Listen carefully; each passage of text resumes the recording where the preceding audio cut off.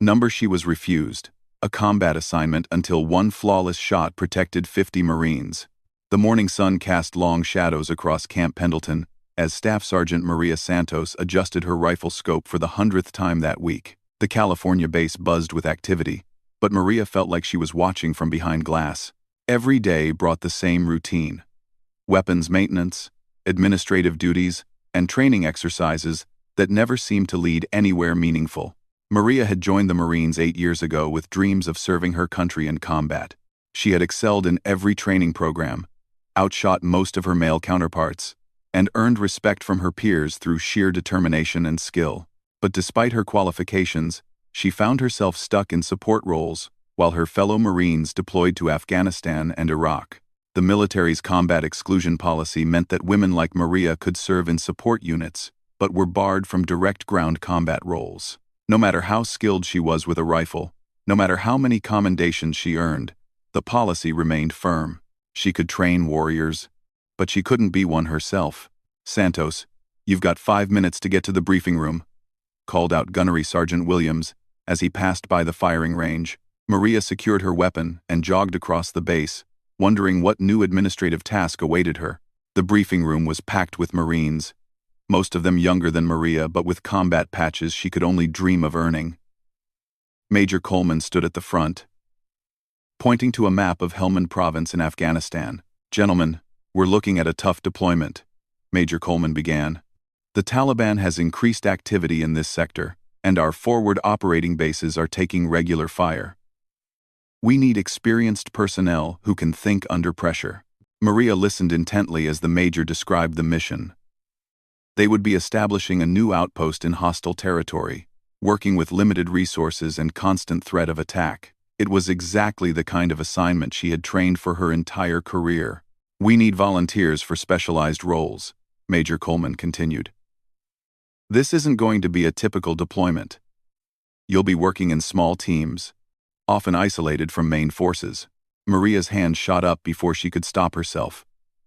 The room fell silent as every head turned toward her. She felt heat rise in her cheeks but kept her hand raised. "Staff Sergeant Santos," Major Coleman said, surprise evident in his voice. "You understand this is a combat deployment?" "Yes, sir," Maria replied, her voice steady despite the rapid beating of her heart.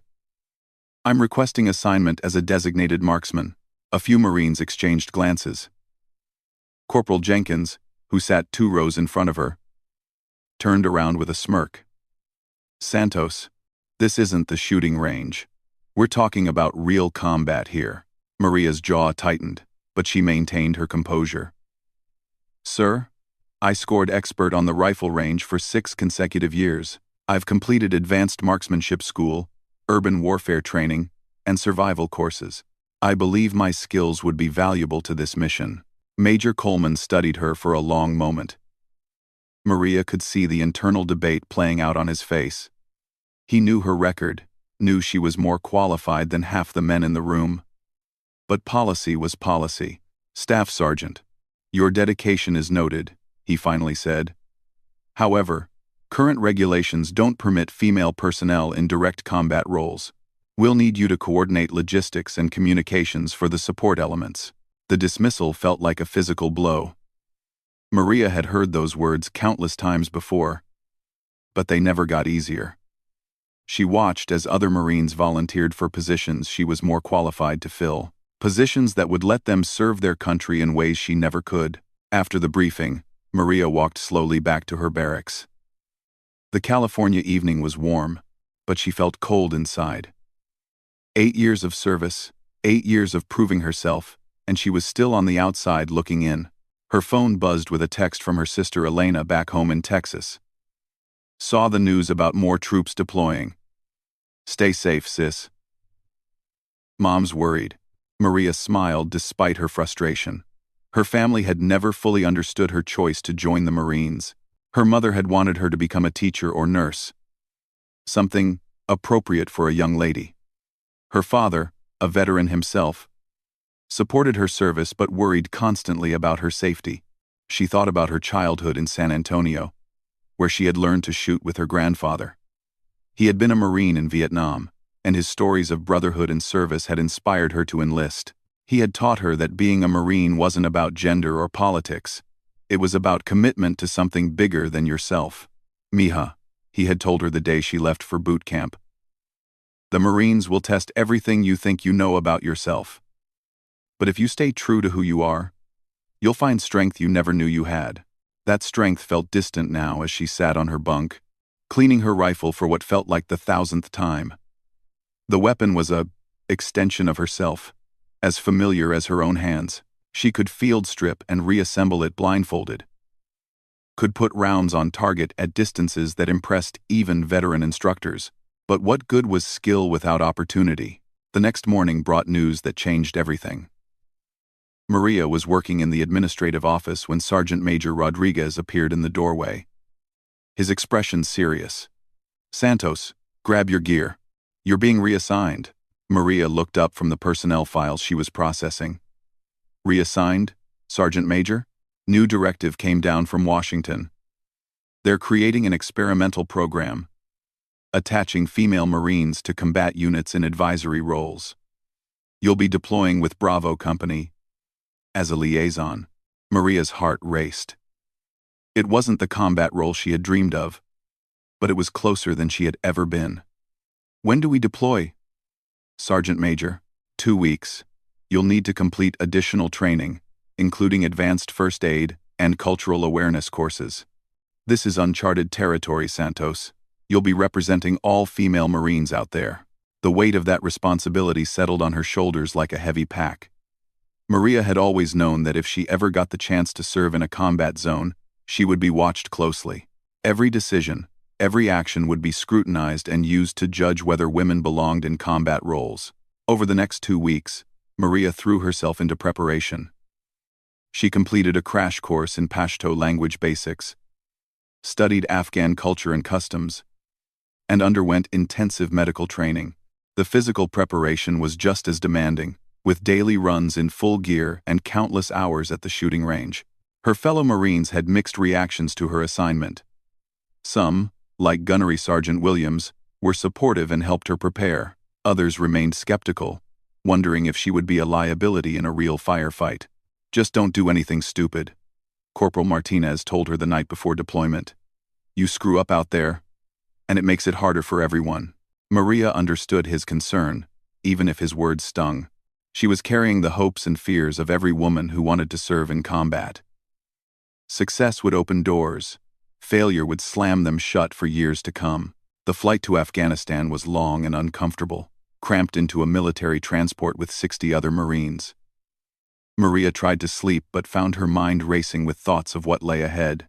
She had trained for this moment her entire career, but training could never fully prepare someone for the reality of combat. As the plane began its descent into Kandahar airfield, Maria looked out the small window at the barren landscape below. Afghanistan stretched endlessly in all directions. A harsh and unforgiving environment, where American forces had been fighting for over a decade. This was her chance to finally serve as she had always dreamed. But success would require more than marksmanship skills and physical fitness. She would need to prove that women belonged in combat roles, one mission at a time.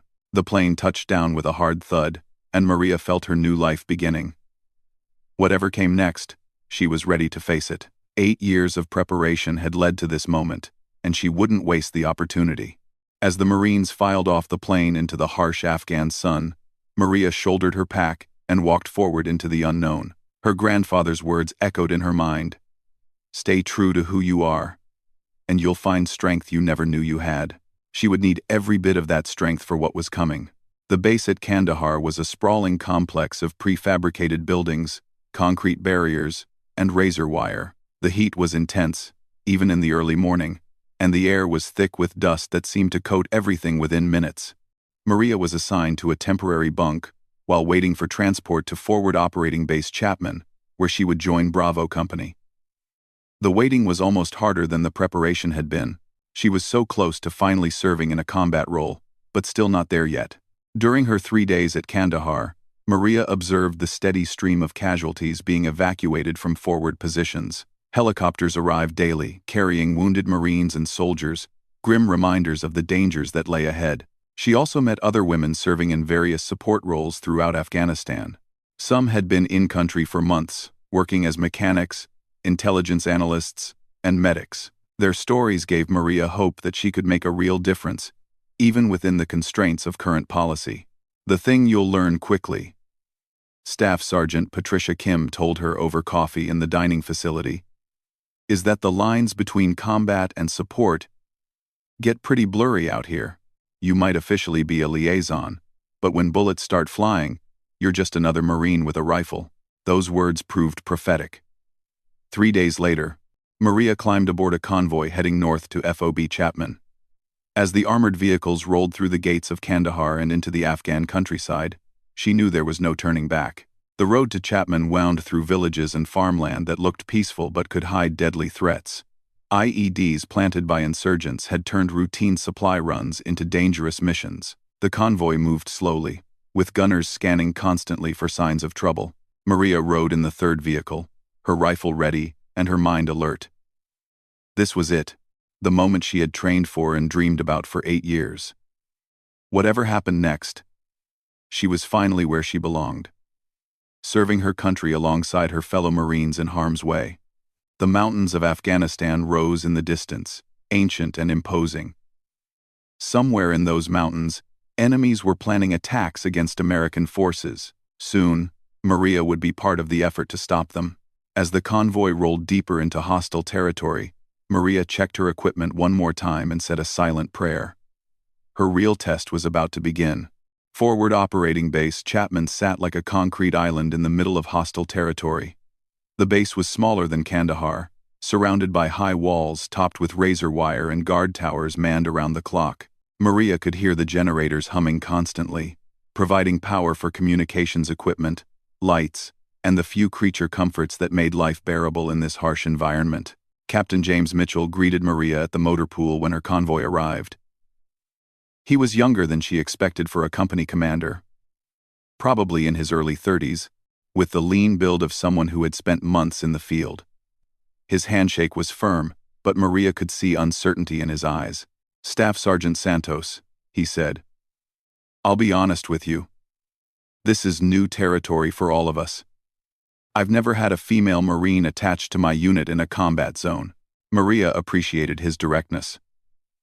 "Sir, I understand the situation is unusual.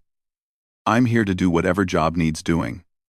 Captain Mitchell led her through the base, pointing out key locations: the command post, communications center, medical facility, and ammunition storage areas.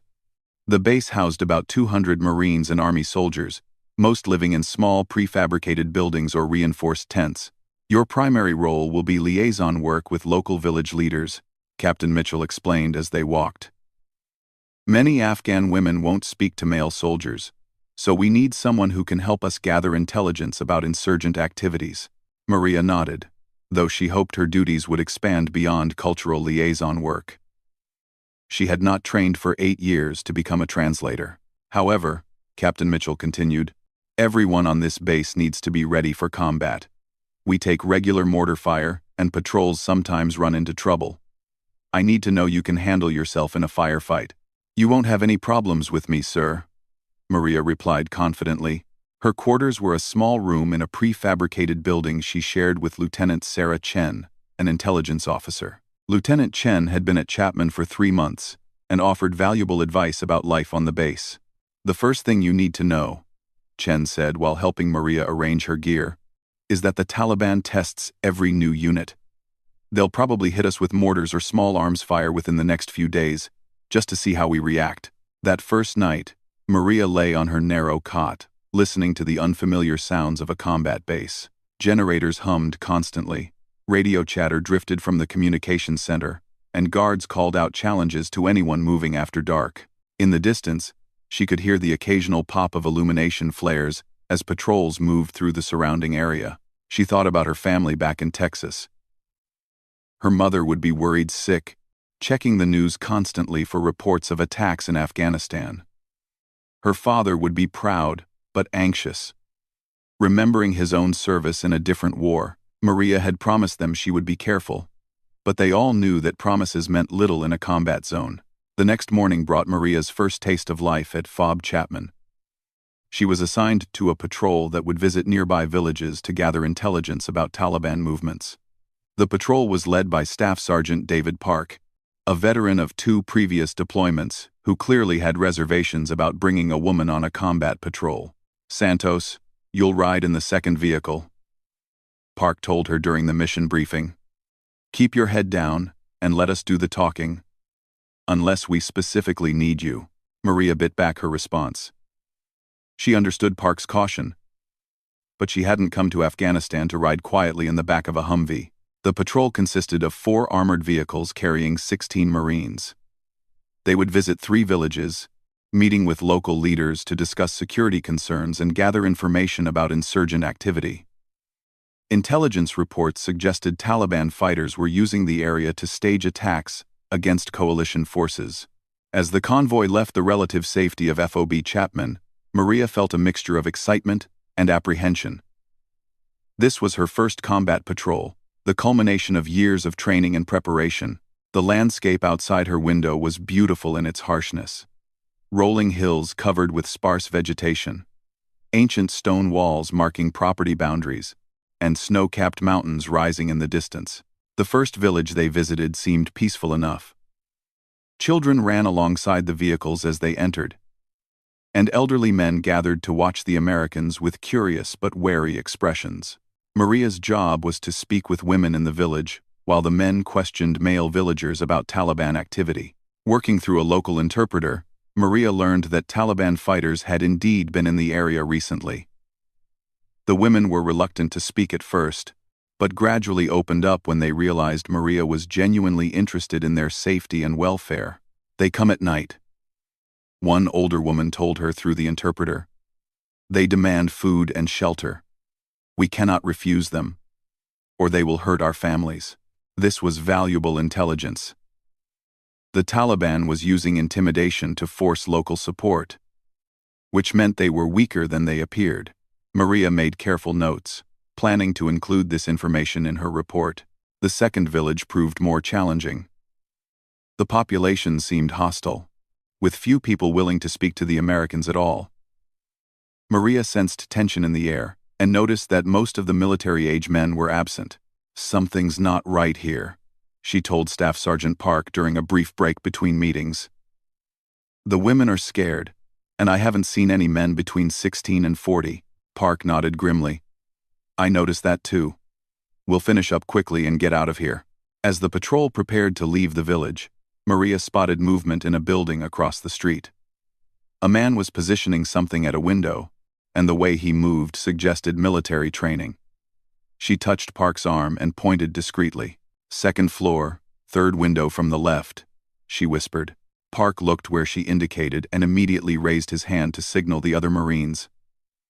"RPG," he shouted, just as the man in the window fired a rocket-propelled grenade at their convoy. The explosion rocked the lead vehicle, sending smoke and debris flying in all directions. Maria dove for cover behind a stone wall, as automatic weapons fire erupted from multiple positions around the village. The peaceful scene had transformed into a deadly ambush in seconds. "Contact left! Contact front!" Marines shouted as they returned fire. The distinctive crack of AK-47 rifles mixed with the deeper sound of American M4 carbines in a deadly symphony. Maria found herself crouched behind the wall with 2 other Marines, rounds snapping overhead. This was her first real firefight, and she was surprised by how calm she felt. Her training took over, and she began looking for targets. A Taliban fighter appeared at a rooftop across the street, trying to get an angle on the Marines below. Maria raised her rifle, centered the sight picture on the man's chest, and squeezed the trigger. The insurgent fell backward, his weapon clattering to the ground. "Good shot, Santos," called out Corporal Williams, who was crouched nearby. The approval in his voice meant more to Maria than any medal could. The firefight lasted 20 minutes before the Taliban fighters withdrew. 2 Marines had been wounded, but none seriously.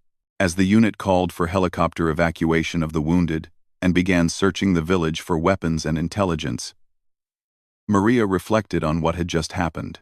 She had performed well under fire, keeping her composure and engaging targets effectively. More importantly, her early warning about the RPG position had probably saved lives.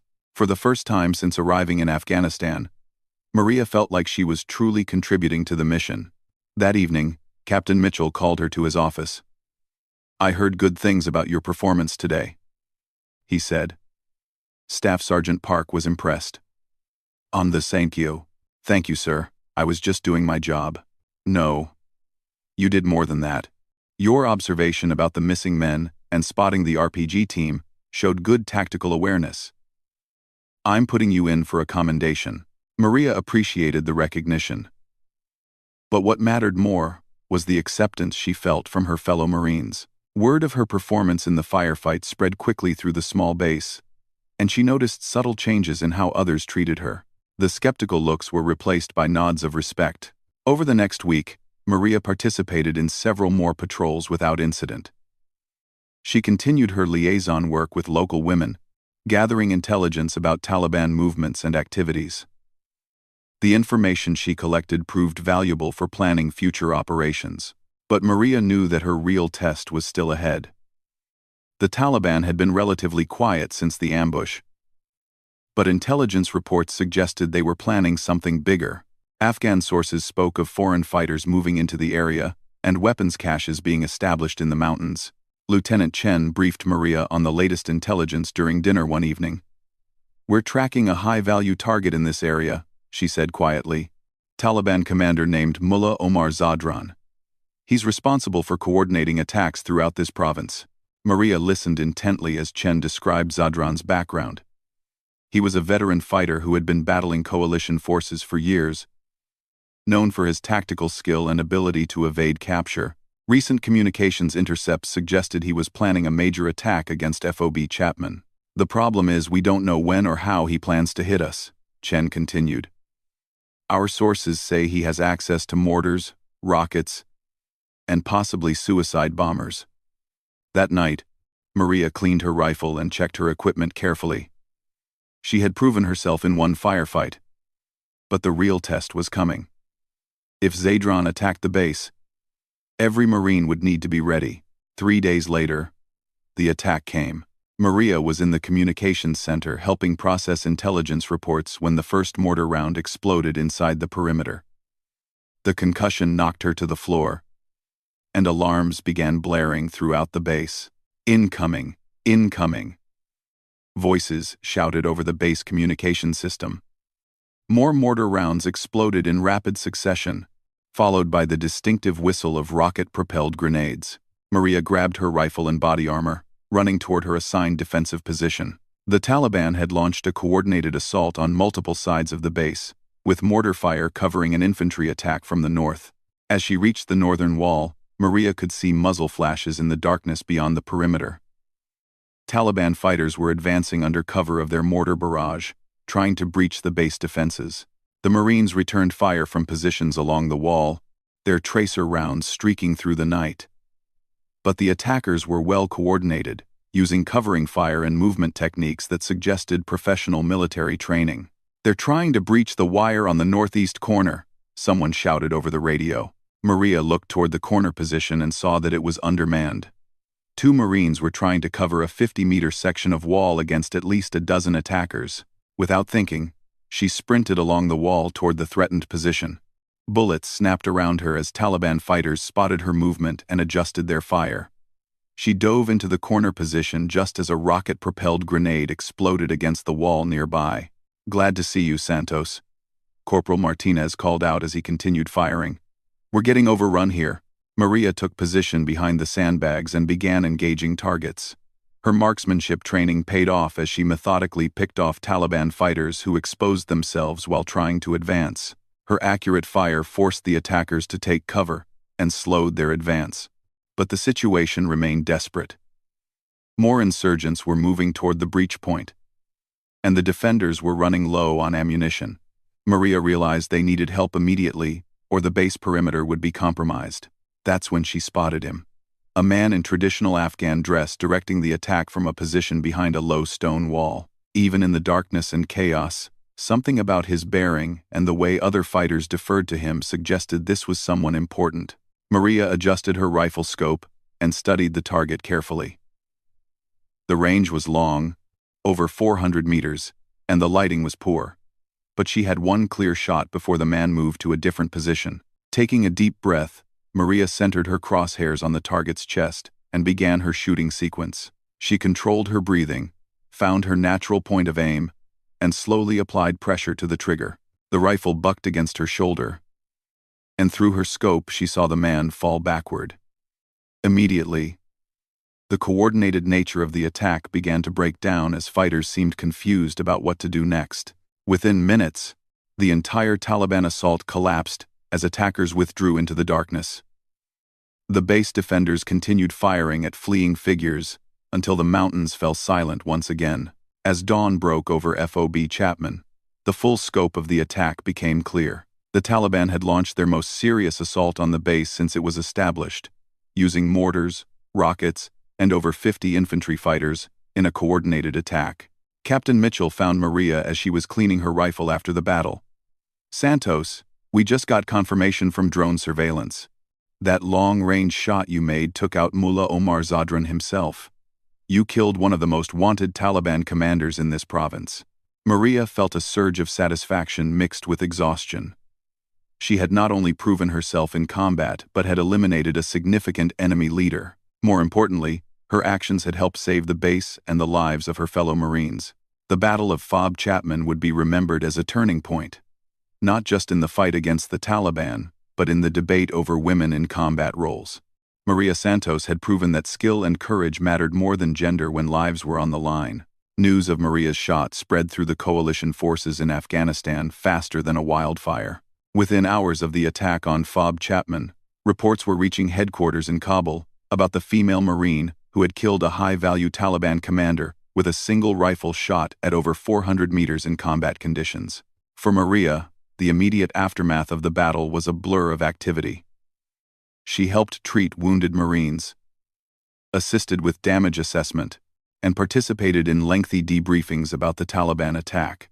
The base had taken significant damage from mortars and rockets, but no Marines had been killed thanks to effective defensive fire and quick medical response.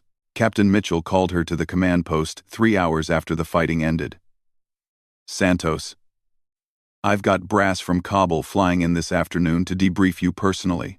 This situation is getting attention all the way up the chain of command." Maria understood the implications.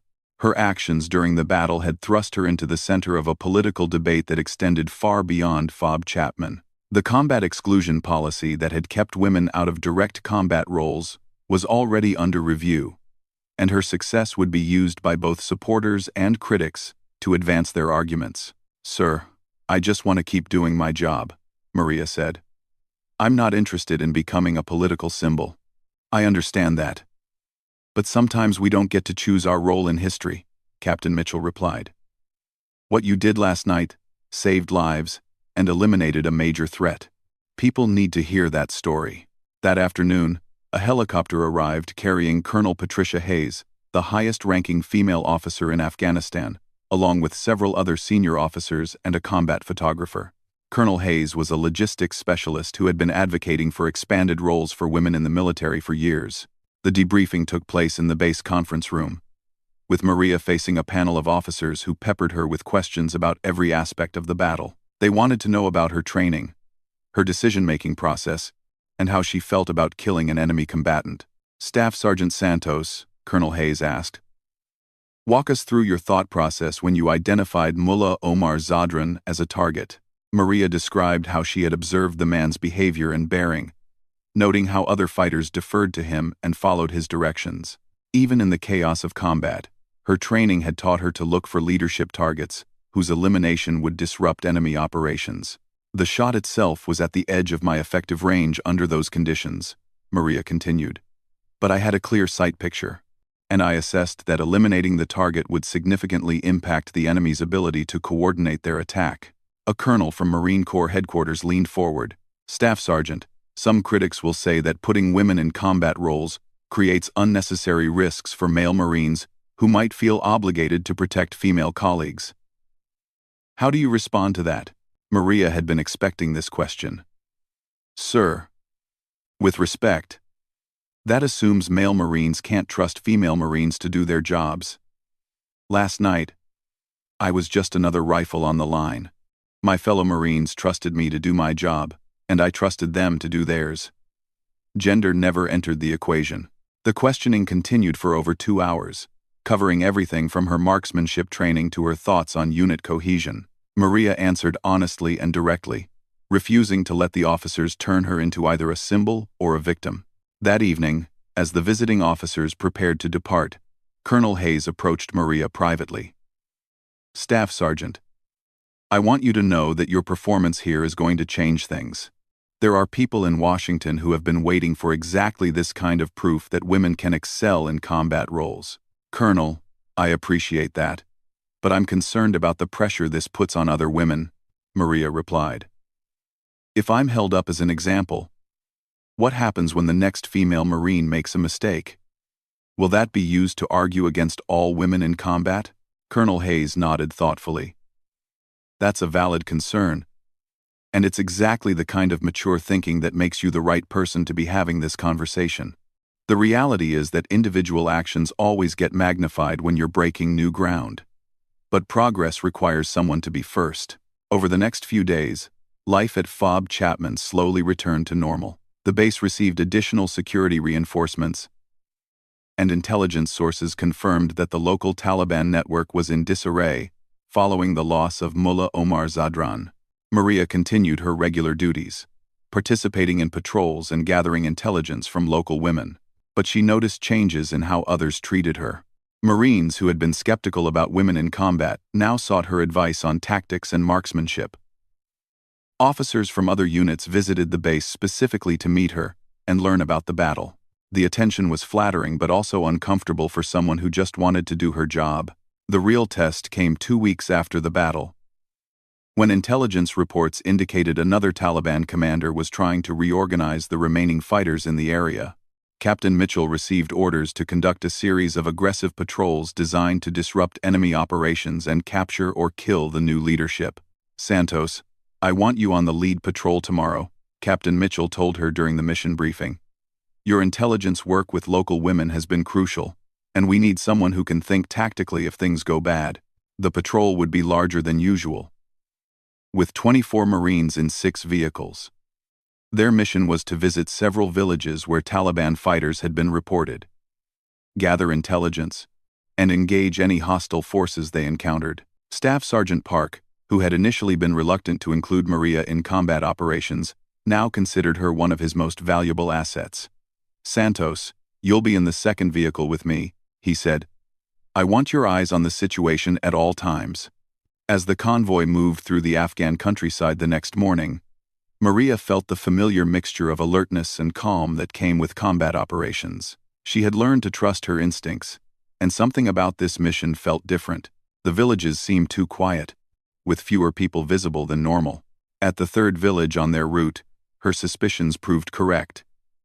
As the convoy entered the village center, Maria noticed that all the shops were closed and no children were visible. In a culture where children always ran to see American vehicles, their absence was a clear warning sign. Park, something's wrong here, she said quietly into her radio headset. This place is empty. Before Park could respond, the ambush began. Unlike the relatively simple attack on FOB Chapman, this ambush showed sophisticated planning and execution. The Taliban had prepared multiple firing positions, established overlapping fields of fire, and coordinated their attack to hit the convoy at its most vulnerable moment. The lead vehicle was disabled by an improvised explosive device hidden in the road, blocking the convoy's forward movement. Simultaneously, Taliban fighters opened fire from buildings on both sides of the street, trapping the Marines in a deadly crossfire. Maria's vehicle took multiple hits from small arms fire, spider-webbing the bulletproof glass and sending sparks flying from the armor plating. The driver fought to maintain control as Park coordinated the defensive response over the radio. All call signs. This is 2-6, Park transmitted. We're taking effective fire from multiple positions. Vehicle 1 is disabled. We need immediate close air support and medevac on standby. Maria could see Marines dismounting from their vehicles and taking cover behind whatever protection they could find. The Taliban fighters were well positioned and disciplined, maintaining effective fire while remaining hidden from the Marines' return fire. "Santos, can you identify any of their positions?" Park asked, as he scanned the surrounding buildings with his rifle scope. Maria studied the buildings carefully, looking for muzzle flashes, movement, or other signs of enemy positions. Her marksmanship training had taught her to think like a sniper, considering angles, cover, and fields of fire. "I've got at least 3 positions in the building complex to our left," she reported. 2 more in the buildings across the street. "They've got us in a classic L-shaped ambush." The situation was becoming desperate. The Marines were pinned down by accurate fire from multiple directions, and their ammunition was beginning to run low. Without air support or reinforcements, they would eventually be overrun. That's when Maria spotted the key to breaking the ambush. One building dominated the others, providing observation over the entire battle area. From that position, an enemy spotter could coordinate fires and direct reinforcements. More importantly, a skilled marksman could engage multiple Taliban positions. "Park, I need to get to that 3-story building at 2 o'clock, Maria said, pointing to the structure. "If I can get on the roof, I can take out their observation post and start hitting their firing positions." Park looked where she indicated and immediately understood her plan. The building was about 200 meters away, requiring a dangerous dash across open ground under enemy fire. But if Maria could reach it, she would have a commanding view of the battlefield. "That's a hell of a risk, Santos," Park said. "You'd be completely exposed during the approach." "We're going to get overrun if we stay here," Maria replied. "Give me covering fire and I can make it." Park considered the options for a moment, then nodded. "Do it. I'll coordinate suppressive fire to cover your movement." Maria stripped down to essential equipment: rifle, ammunition, medical kit, and radio. She took several deep breaths, visualizing the route to the building and the timing of her movement. "All call signs, this is 2-6, Park transmitted. "On my mark, lay down maximum suppressive fire on targets to the left. Santos is moving to flank." The volume of fire from the Marines increased dramatically as every available weapon opened up on the Taliban positions. Maria sprinted from cover, using destroyed vehicles and debris as concealment while crossing the open area. Bullets cracked around her as Taliban fighters spotted her movement and adjusted their fire. She dove behind a low wall as an RPG exploded nearby, showering her with concrete fragments. 50 meters to go. Maria waited for the next burst of covering fire, then continued her dash toward the building. Her heart was pounding, but her mind remained focused on the tactical problem she needed to solve. She reached the building entrance and quickly cleared the ground floor before moving to the stairwell. The structure appeared to be abandoned, but she moved carefully in case Taliban fighters were using it as a position. The roof provided exactly the view she had hoped for. Maria could see the entire ambush site laid out below her, with Taliban firing positions clearly visible from her elevated angle. More importantly, she could see the enemy commander's position in a building across the street. Taking a prone position behind the low wall that surrounded the roof, Maria began engaging targets systematically. Her first shot eliminated a Taliban machine gunner who had been pinning down an entire squad of Marines. Her second shot took out an RPG team preparing to fire at the disabled vehicle. With each shot, the Taliban's coordinated defense began to break down. Their fighters, accustomed to fighting from concealed positions against enemies at ground level, found themselves exposed to accurate fire from an unexpected direction. Maria's radio crackled with Park's voice. "Outstanding shooting, Santos. Keep it up." But the Taliban weren't finished. As Maria engaged targets below, she heard footsteps on the stairs behind her. Enemy fighters had spotted her muzzle flashes and were moving to eliminate her position. She turned just as 2 Taliban fighters emerged onto the roof, their AK-47 rifles raised. Maria rolled behind cover as bullets sparked off the concrete where she had been lying. She was trapped on the roof with limited ammunition and no backup. Drawing her sidearm, Maria waited for the fighters to advance. She could hear them moving cautiously across the roof, trying to flank her position. When the first man appeared around the corner of her cover, She put 2 rounds center mass and immediately shifted position. The second fighter tried to rush her position but ran directly into her line of fire. Maria's training took over, and she engaged him with the same calm precision she used on the firing range. With the immediate threat eliminated, Maria returned to her sniper position and resumed engaging Taliban fighters below. Her elevated position and accurate fire had turned the tide of the battle, allowing the pinned Marines to maneuver and begin clearing enemy positions. 30 minutes after the ambush began, the last Taliban fighters withdrew into the mountains, leaving behind weapons and equipment in their haste to escape. Maria had personally eliminated 8 enemy fighters and disrupted the entire ambush, saving the lives of her fellow Marines. As helicopter gunships arrived to provide air support, Maria made her way back down to rejoin her unit. The other Marines looked at her with a mixture of amazement and respect that went beyond gender or politics. "Santos," Staff Sergeant Park said as she approached, "that was the finest piece of tactical shooting I've ever seen. You saved this entire patrol." That evening, as the convoy returned to FOB Chapman, Maria reflected on what had happened. She had proven herself again in combat, but more importantly, she had demonstrated that women could excel in the most demanding tactical situations the military could offer. The political implications would be debated in Washington, but here in Afghanistan, among the Marines who mattered most to her, Maria had earned something more valuable than any policy change. She had earned absolute respect as a warrior. Word of Maria's heroic actions during the ambush reached the highest levels of military leadership within hours. General Patricia Morrison, the first female 4-star general in Marine Corps history, personally called FOB Chapman to speak with Maria about her performance and its implications for women in combat roles. The conversation took place in Captain Mitchell's office, with Maria speaking to the general via secure video conference. General Morrison's presence on the screen commanded immediate attention, her uniform displaying decades of service ribbons and her bearing reflecting the authority of someone who had broken barriers throughout her career. "Staff Sergeant Santos," General Morrison began, "your actions over the past month have demonstrated exceptional courage and tactical skill under the most demanding circumstances. You've proven what many of us have believed for years, that women can excel in combat roles when given the opportunity." Maria felt honored to be speaking with such a distinguished officer, but she also sensed the weight of expectation in the general's words. "Thank you, ma'am. I've just been doing my job to the best of my ability. Your job has included eliminating 2 high-value targets and saving the lives of dozens of Marines."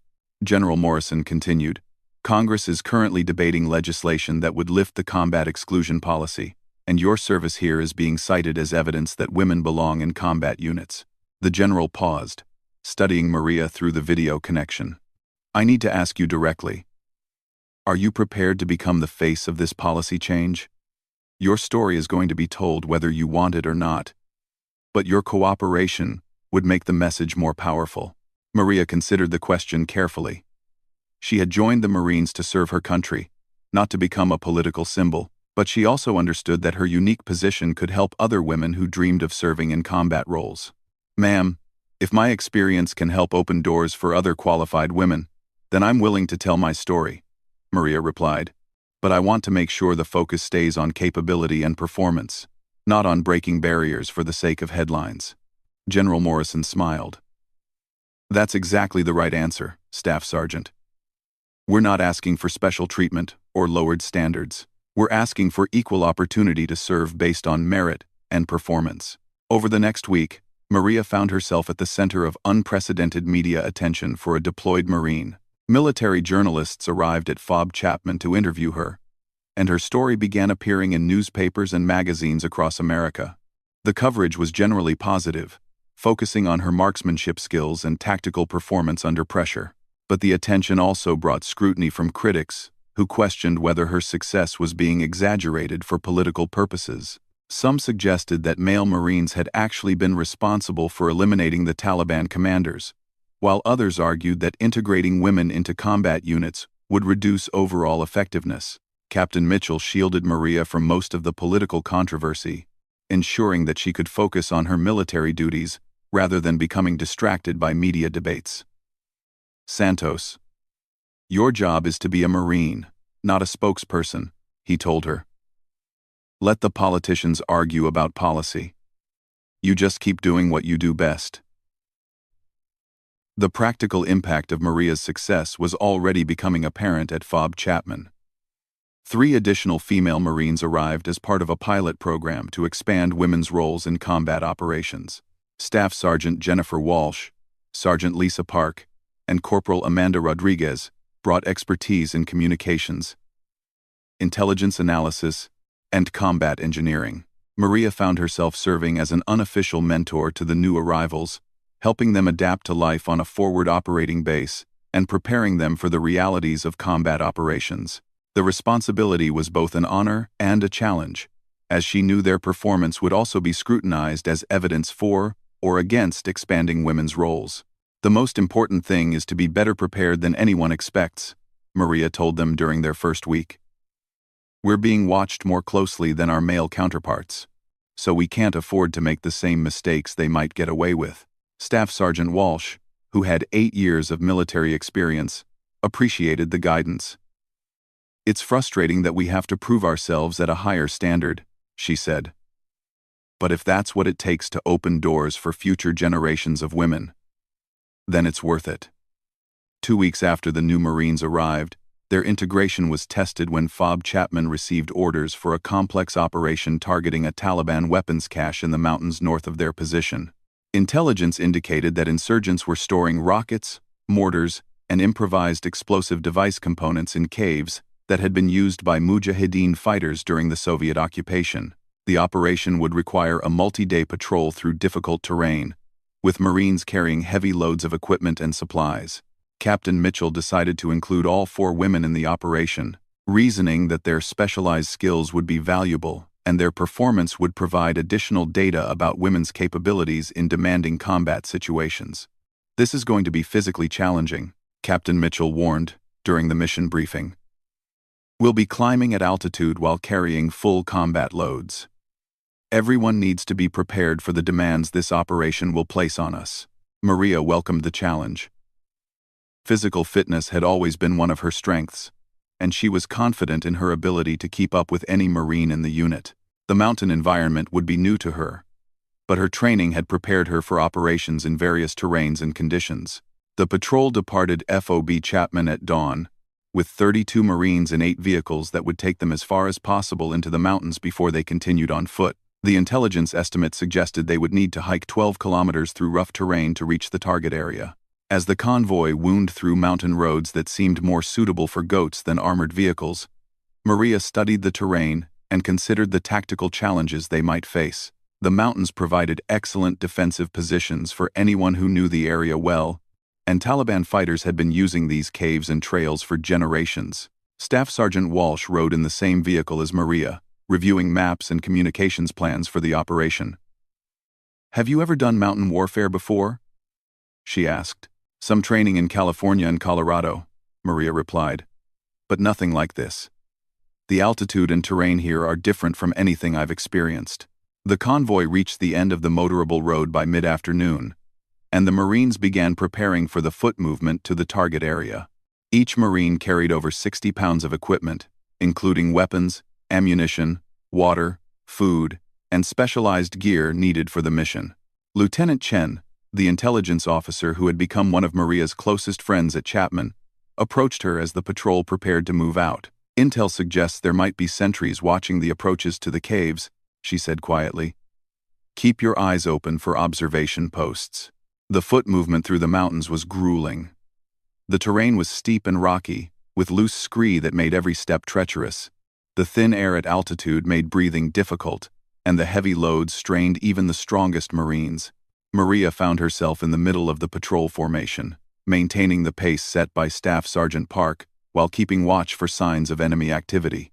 The women in the patrol were performing well, keeping up with their male counterparts without complaint or special accommodation. After 4 hours of climbing, the patrol took a break in a sheltered valley where they could rest without being observed from surrounding heights. Maria's uniform was soaked with sweat despite the cool mountain air, and her legs ached from the steep ascent. How are you holding up? Sergeant Park asked as she checked her equipment during the break. Good to go. Maria replied, though she was grateful for the rest. This terrain is no joke. As the patrol prepared to resume movement, Maria spotted something that made her blood run cold. High on a ridge across the valley, she caught a brief flash of reflected light. Someone was watching them with binoculars or a rifle scope. "Park, we've got eyes on us," she said quietly, pointing toward the ridge. 12 o'clock, about 800 meters up.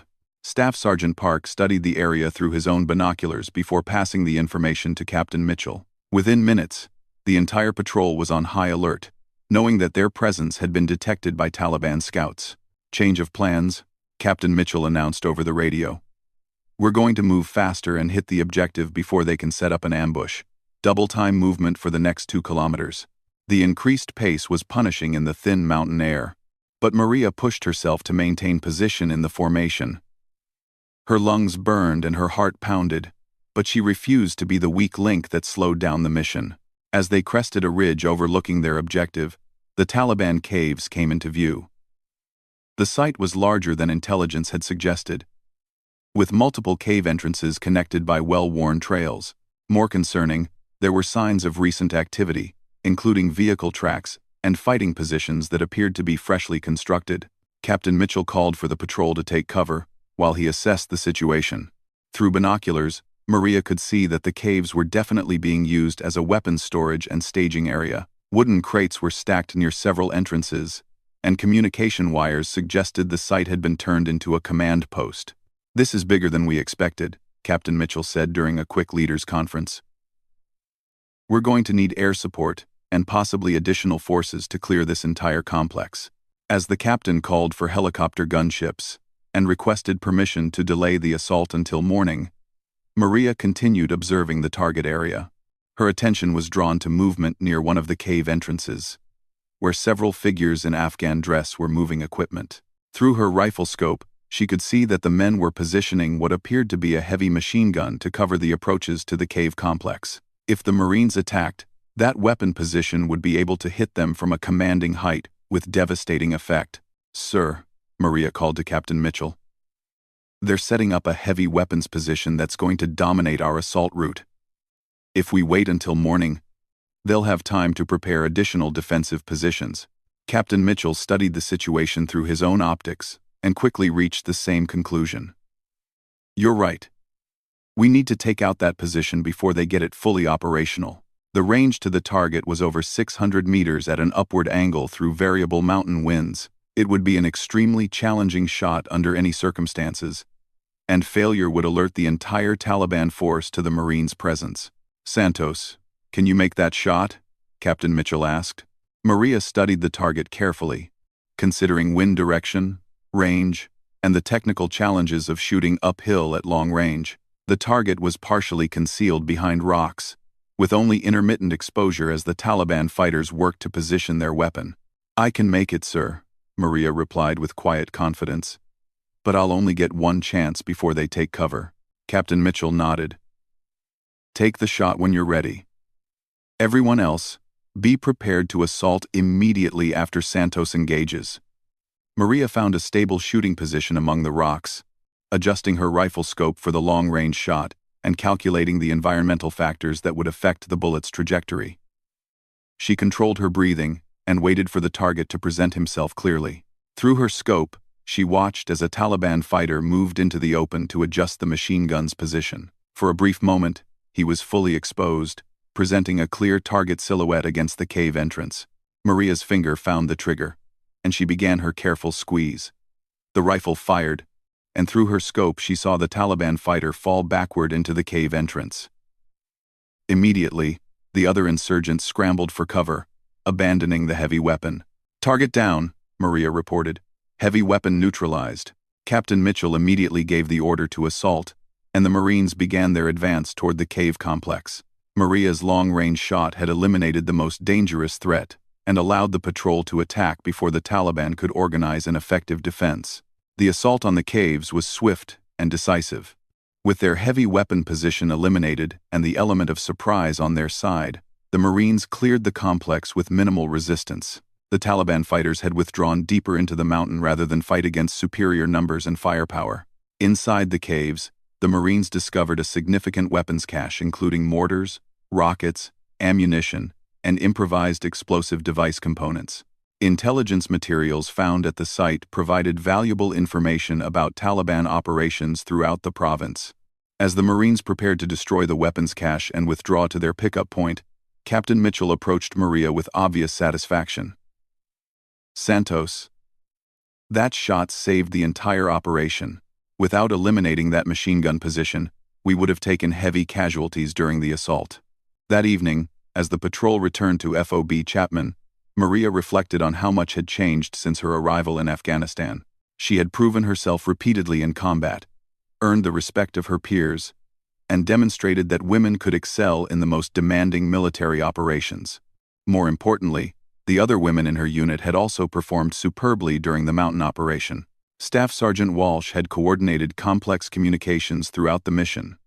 Sergeant Park had provided crucial intelligence analysis, and Corporal Rodriguez had successfully destroyed the weapons cache using her engineering expertise. Together, they had shown that women's integration into combat units wasn't about lowering standards or social engineering. It was about using the best available talent to accomplish the mission, regardless of gender.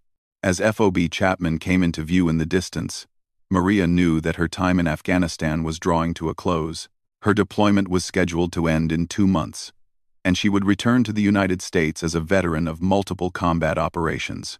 But the impact of her service would continue long after she left Afghanistan.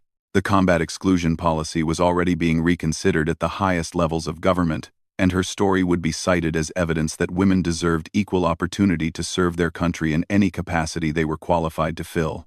2 months after the successful mountain operation, Maria Santos found herself preparing for what would be her final mission in Afghanistan. Her deployment was scheduled to end in 3 weeks, but intelligence had identified one last target that required her unique skills. A Taliban commander who had taken over operations following Mullah Omar Zadran's death. The new commander, known by the codename Red Beard, had proven himself to be tactically sophisticated and extremely dangerous. He had organized a series of coordinated attacks against coalition forces throughout the province, demonstrating military training that suggested foreign backing, possibly from Pakistani intelligence services. Captain Mitchell called Maria to his office for a final mission briefing. The walls were covered with maps and intelligence photos that told the story of her deployment, locations where she had engaged enemy forces, villages where she had gathered crucial intelligence, and operational areas where her presence had made a decisive difference. "Santos, I'll be honest with you," Captain Mitchell began. "This mission is voluntary. You've done more than enough during this deployment, and no one would question your decision to decline a dangerous operation so close to going home." Maria studied the intelligence photographs of Red Beard and his known associates. The Taliban commander appeared to be in his 40s, with the weathered face of someone who had spent years fighting in Afghanistan's harsh environment. His beard was indeed reddish-brown, giving him the nickname that intelligence analysts had adopted. "What's the situation, sir?" Maria asked, already knowing she would accept the mission regardless of the risks. "Redbeard is planning a major attack against the district government center in Marja," Captain Mitchell explained. "Our sources indicate he's assembled over 100 fighters and acquired heavy weapons, including mortars and recoilless rifles. If successful, this attack would undermine everything we've accomplished in this province." The plan was complex and dangerous. Redbeard was reportedly meeting with subordinate commanders at a compound in the mountains, coordinating final preparations for the Marja attack. A joint operation involving Special Operations Forces would attempt to capture or kill the Taliban leader, but they needed precise intelligence about his location and activities. "We need someone to get close enough to confirm Redbeard's presence and provide real-time intelligence during the operation," Captain Mitchell continued. "Your experience with long-range observation and your rapport with local women make you the best choice for this mission."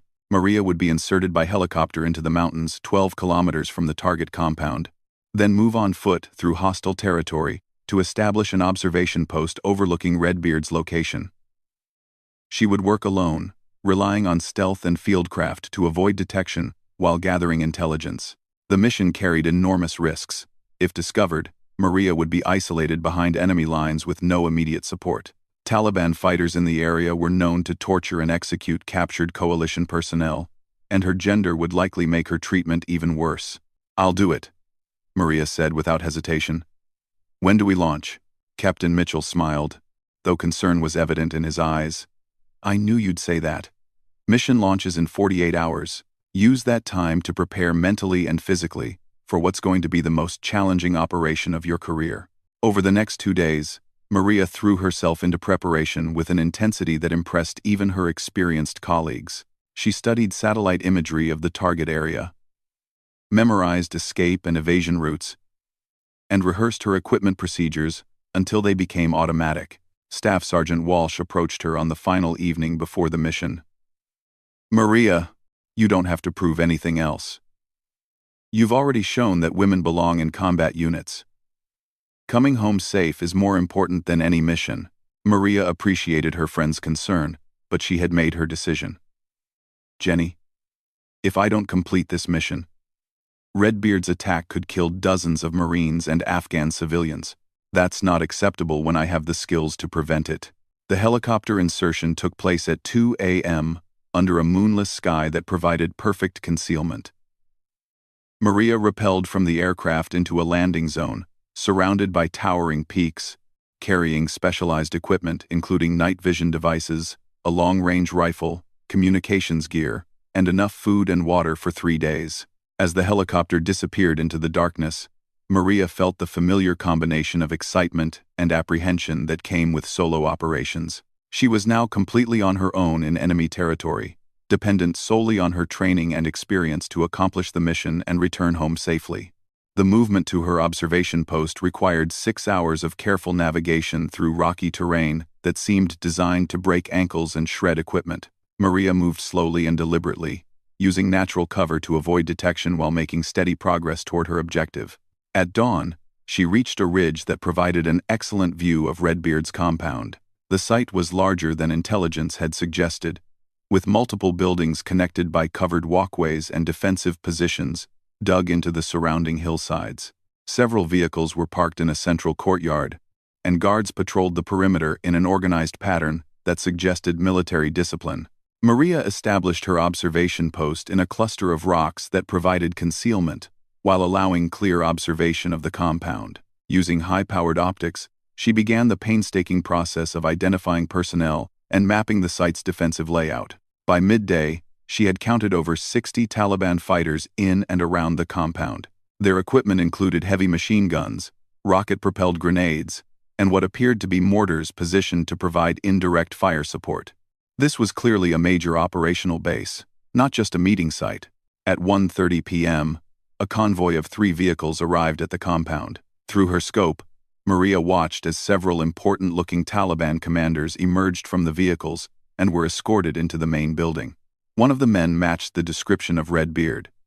Tall, bearded, wearing traditional Afghan clothes but carrying himself with military bearing.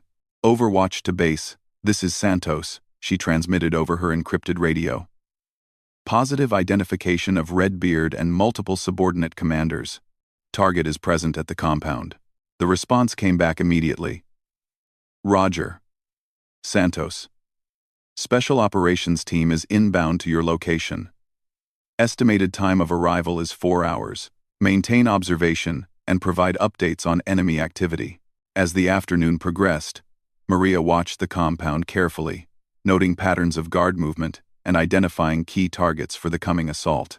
The Taliban fighters were disciplined and alert, but they showed no indication that they suspected coalition forces were planning an attack. At 5:45 p.m., Maria's worst nightmare began to unfold.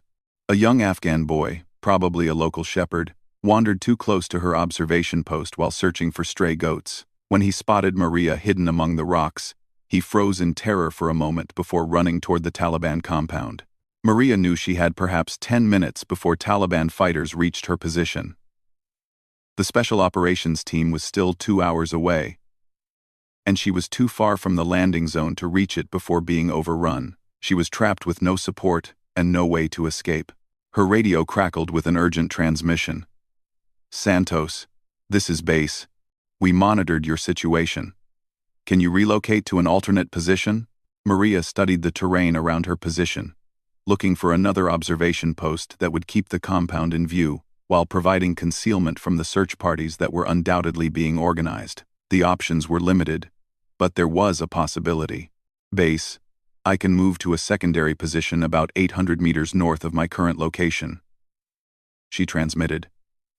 But I'll be exposed during movement, and the new position won't provide as good observation of the compound. Negative on relocation, came the reply. Intelligence indicates Redbeard is planning to leave the compound tonight. We need you to maintain observation until the assault team arrives. Maria understood the implications. She would have to remain in position despite being compromised, hoping she could avoid detection long enough for the mission to succeed. It was an almost impossible situation, but abandoning the mission would allow Redbeard to escape and carry out his planned attack on Marja. 20 minutes after the boy's discovery, Maria heard voices approaching her position. Taliban fighters were moving up the ridge, searching systematically for the coalition spy they knew was somewhere in the area. Their voices carried clearly in the thin mountain air as they coordinated their search pattern. Maria made herself as small as possible among the rocks, relying on her camouflage and fieldcraft to avoid detection. She could hear footsteps getting closer, and occasionally caught glimpses of Taliban fighters moving through the terrain below her position. One fighter climbed to within 50 meters of her hiding place, close enough that she could hear him breathing heavily from the exertion of climbing in the high altitude. Maria controlled her own breathing, remaining perfectly still as the man scanned the area with his rifle ready. For several agonizing minutes, the Taliban fighter studied the rocks where Maria was concealed. She could see him through a gap in the stones, close enough to count the rounds in his ammunition vest. If he decided to investigate her position more closely, the mission would be over. Finally, the fighter moved on, apparently satisfied that the area was clear.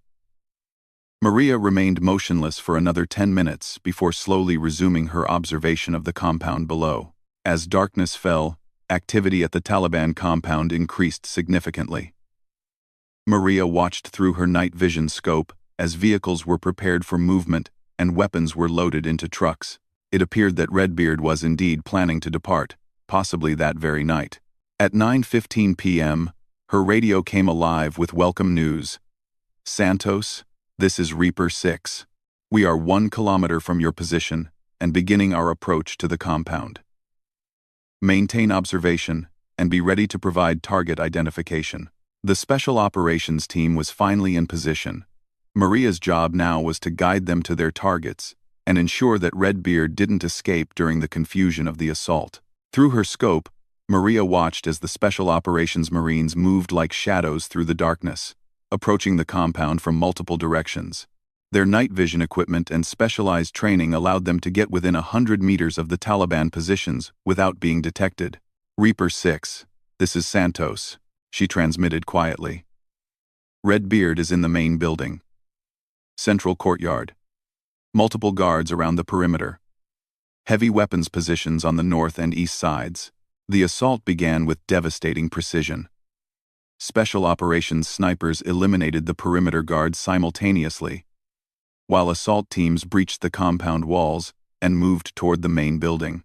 The Taliban fighters were caught completely off guard, many of them still inside buildings when the attack began. Maria watched the operation unfold through her scope, providing real-time intelligence as the situation developed. Reaper 6. Target is moving toward the vehicle compound. 3 personnel with him, heading for the white pickup truck. Redbeard was attempting to escape during the chaos of the assault. Through her night vision scope, Maria could see him and his bodyguards running toward vehicles that had been kept ready for exactly this contingency. I have a clear shot on the target, Maria transmitted. Range is 400 meters. Request permission to engage. The response was immediate. Take the shot, Santos. Do not let him escape. Maria adjusted her rifle for the long-range shot, accounting for wind and the downward angle. Redbeard was moving quickly toward the vehicle, but she had trained for exactly this type of shot countless times. She controlled her breathing, found her natural point of aim, and waited for the perfect moment. As Redbeard paused to open the truck door, Maria squeezed the trigger with the same calm precision that had made her reputation. Through her scope, she watched Redbeard fall beside the vehicle, his escape attempt ended by a single well-placed shot. The remaining Taliban fighters in the compound surrendered or fled into the mountains, their leadership eliminated and their organization shattered. "Target down," Maria transmitted. "Redbeard is eliminated." The special operations team quickly secured the compound and began searching for intelligence materials that would help disrupt remaining Taliban networks in the province. Maria's mission was complete, and she had once again proven her value in the most demanding combat situations. As helicopters arrived to extract the assault team and provide Maria with transportation back to Fob Chapman, she reflected on her deployment and what she had accomplished. In 8 months of combat operations, she had eliminated multiple high-value targets, saved the lives of dozens of Marines, and proven beyond any doubt that women could excel in direct combat roles. 2 weeks later, Maria Santos stood in formation at Fob Chapman as Captain Mitchell read the citation for her Silver Star, the nation's third highest decoration for valor. The medal recognized her actions during the final mission against Redbeard. But it represented something much larger: validation. That courage, skill, and dedication mattered more than gender in determining who could serve their country in combat. "Staff Sergeant Santos," Captain Mitchell concluded, "your service in Afghanistan has been exemplary in every respect.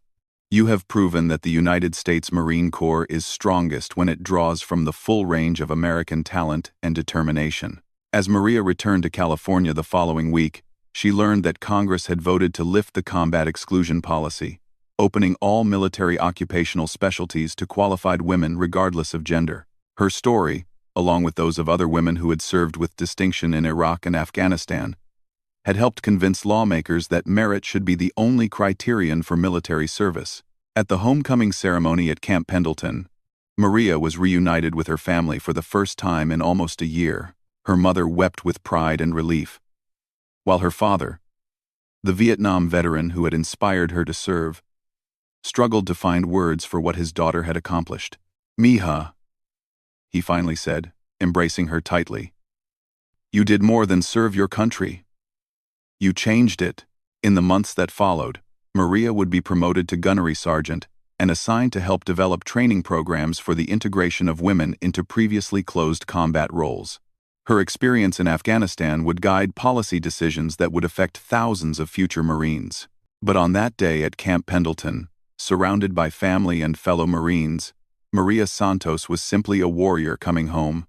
She had refused to accept limitations placed on her service, had proven herself in the crucible of combat, and had opened doors that would never again be closed to qualified women. Her flawless shot had protected 50 Marines during the attack on Fob Chapman, but her true legacy would be the opportunities she had created for countless women who would follow in her footsteps, serving their country with the same courage and dedication that had defined her remarkable career.